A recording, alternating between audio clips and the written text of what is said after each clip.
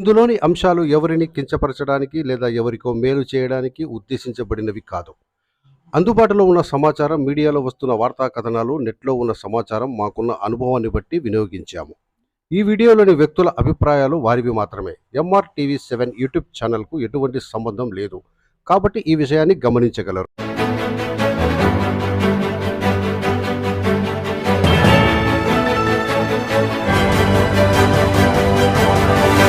అన్నమయ్య జిల్లా రైల్వే కోడూరులో అంగన్వాడీ టీచర్లకు మద్దతు తెలిపిన కాంగ్రెస్ పార్టీ రాష్ట్ర నాయకులు శాంతయ్య, రైల్వే కోడూరు నియోజకవర్గ నాయకురాలు గోసాల దేవి, కోడూరు మండల అధ్యక్షుడు డాక్టర్ సయ్యద్ అహ్మద్, పుల్లంపేట మండల అధ్యక్షుడు సింగమాల రమేష్, నియోజకవర్గ యూత్ కాంగ్రెస్ అధ్యక్షుడు శివకృష్ణ కోటేశ్వరమ్మ, ఆదిలక్ష్మి, బ్రహ్మయ్య.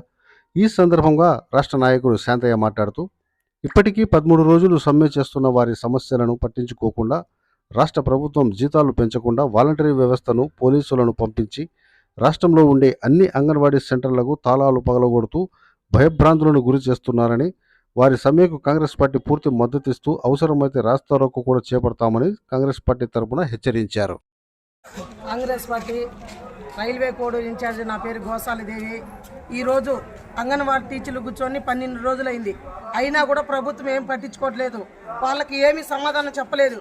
ఎన్ని రోజులైనా కూర్చుంటారయ్యా పాపం వాళ్ళ సంసారాలు, వాళ్ళ బిడ్డలు బాధలు, వాళ్ళ సమస్యలన్నీ వదిలేసి ఈ రోజు పండగ అయినా కూడా వాళ్ళు వచ్చి బయట కూర్చొని ఇంకా నిరసన కార్యక్రమాలు, ధర్నాల కార్యక్రమాలు చేసుకుంటూ ఉంటే వాళ్ళ పరిస్థితి ఏందయ్యా?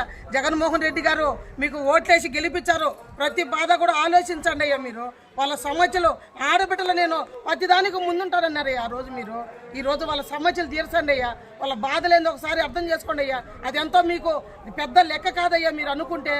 ఇప్పుడు 4 సార్లు ఎమ్మెల్యే గారు గెలిపించాము మేము, మాకు ఏ సమాధానం లేదన్నారు. ఒక్కసారి ఎమ్మెల్యే గారు కూడా దీని మీద చెరువు తీసుకోవాలని, వాళ్ళ బాధలేందో ఒకసారి తీర్చుకోవాలని, వాళ్ళ బాధల సమస్యలు అన్నీ తీర్చాలని మేము సభాముఖంగా తెలియజేస్తున్నాం. నా పేరు శాంతయ్య, కాంగ్రెస్ పార్టీ రాష్ట్ర SSL కన్వీనర్. ఈరోజు పవిత్రమైన రోజు.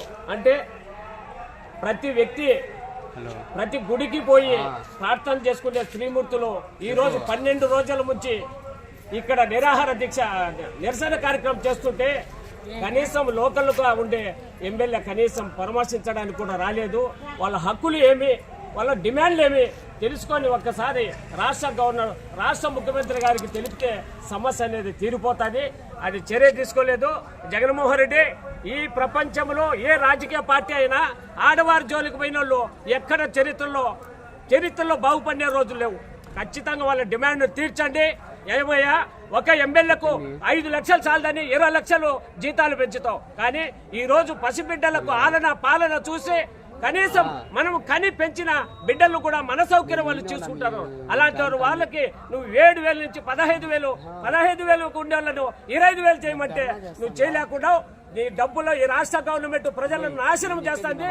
ఎక్కడంటే అక్కడ కాంట్రాక్టులకు అందరికీ డబ్బులు దారిపోసాను తప్ప పొద్దున్న 7 నుంచి సాయంత్రం 5 వరకు 8 కాదు 12 గంటలు పనిచేసే వర్కర్స్ కు నువ్వు న్యాయం చేయలేకుంటే ఇక ఈ రాష్ట్రానికి నువ్వేం న్యాయం చేస్తావు? నువ్వు ఖచ్చితంగా 2024లో ఈ పక్క కూర్చునే ప్రతి అంగన్వాడీ టీచర్స్ నీకు బుద్ధి చెప్తారని మేము కాంగ్రెస్ పార్టీ తరఫున నీకు డిమాండ్ చేస్తున్నాం.